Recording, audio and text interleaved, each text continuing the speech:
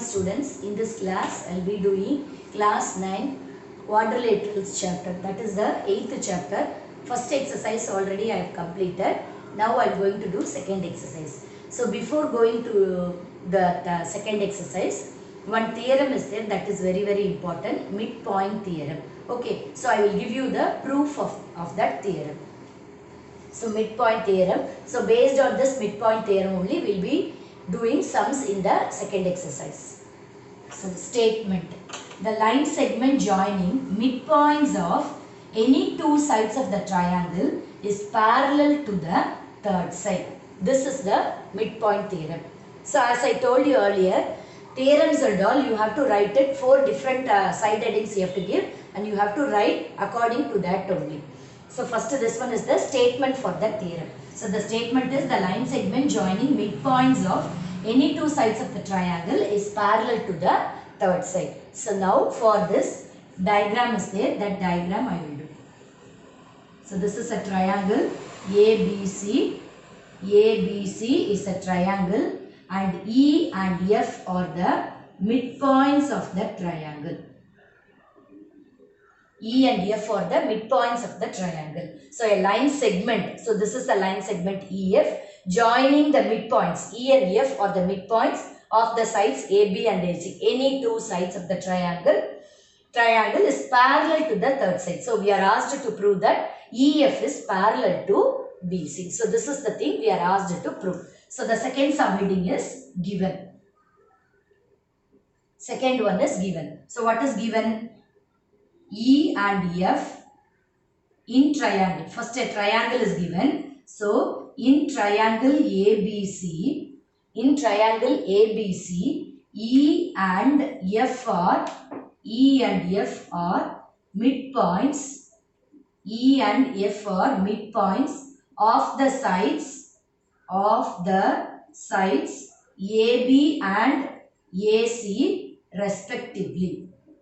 AB and AC respectively. So this is the thing given. So what we are asked to prove? To prove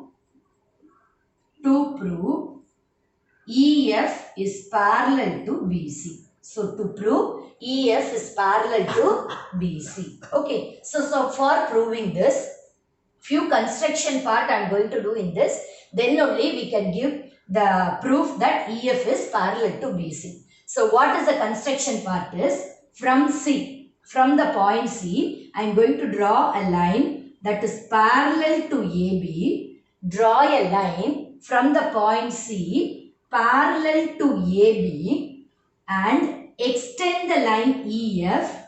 Extend the line EF to the point here, to this line, to this parallel line. I am going to extend that line F. From this point F, I am going to extend that line. From F, I am extending this line. So that point, I am keeping it as D. Okay. So what is the construction part is, from point C, I am extending the line that is parallel to AB. I am drawing a line parallel to AB and I am extending a line from F to meet that parallel line at D. So this is the construction. So that also to be mentioned. So construction. So construction is, draw a line from C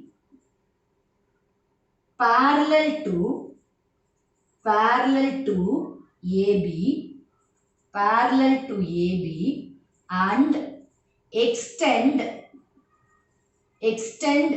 a line from F to meet the parallel line at D. So I am extending this line F till the parallel line and they are meeting at the point D. So this is the construction part. So statement I have given. So what is given in the question, that I have given. To prove what I have to prove, that also given. Then construction. So with this I cannot able to prove. So I am giving some, extending some few things on the sides. I am giving the construction part. Now I will give the proof for this theorem. So proof is since AB is parallel to CD, AB and CD are parallel and ED is the transversal. AB parallel to CD and ED is transversal. So if it is like this, AB and CD are parallel to each other, so we are constructing CD like that only, and ED is the transversal, then we will get AED, AEF or AED we can say. So AEF, angle AEF and angle CDF. AEF and angle CDF, they are alternate angles. So angle AEF is equal to angle CDF. So this is alternate angles. Alternate angles. Okay. So from the given thing, we are telling that these two angles are alternate interior angles. So we have given it. Then now we will take these two triangles and prove the congruency of the triangles. So in triangle AEF and triangle AEF and triangle CDF. So these two triangles we take. Just now we told that AEF and CDF are alternate interior angles. So we will take this as first one. Angle AEF is equal to angle CDF from 1. Okay, then so these two are alternate interior angles over. Then these two angles will form vertically opposite angles. So all vertically opposite angles are equal in measure. So angle AFE is equal to angle CFD. Angle CFD. So this is vertically opposite angles. So vertically opposite angles are equal. Then we know that since F is the midpoint, we know that AF is equal to CF. So AF is equal to CF. Since F is the midpoint. Those two length of the sides will be equal.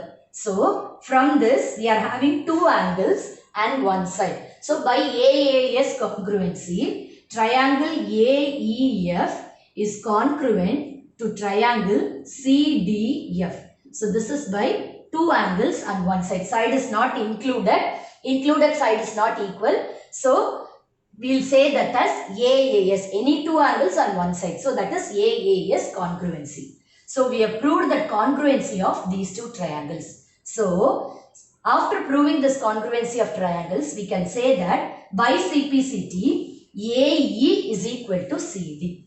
AE is equal to CD. So this is by CPCT. AE is equal to CD. Already we know that AE is equal to BE. Why? Because BE is the midpoint. So AE is equal to BE. Since E is the midpoint. Okay. So from these two things we can say that AE is equal to CD and AE is equal to BE. So from above we can say that CD is equal to BE. From above two equations. We can say that CD is equal to BE. CD is equal to BE. Okay. So now we have proved that CD is equal to BE. Then already in the construction part, what we have given? AB parallel to CD it is given. So this part, this EB part is also from the, since E is the midpoint. So we can say that EB is parallel to CD. EB is parallel to DC. So, since this one pair of opposite sides are parallel and equal, we can say that EBCD is a parallelogram. Okay, since EB parallel to DC and EB is equal to DC and EB is equal to DC, EBCD is a parallelogram. EBCD is a parallelogram. One pair of opposite sides are parallel and equal. One pair of opposite sides are parallel and equal. Since one pair of opposite sides are parallel and equal, we can say that EBCD is a parallelogram. So, since EBCD is a parallelogram, ED is parallel to BC. Okay, ED is parallel to BC. So, ED is parallel. So, ED is parallel to BC.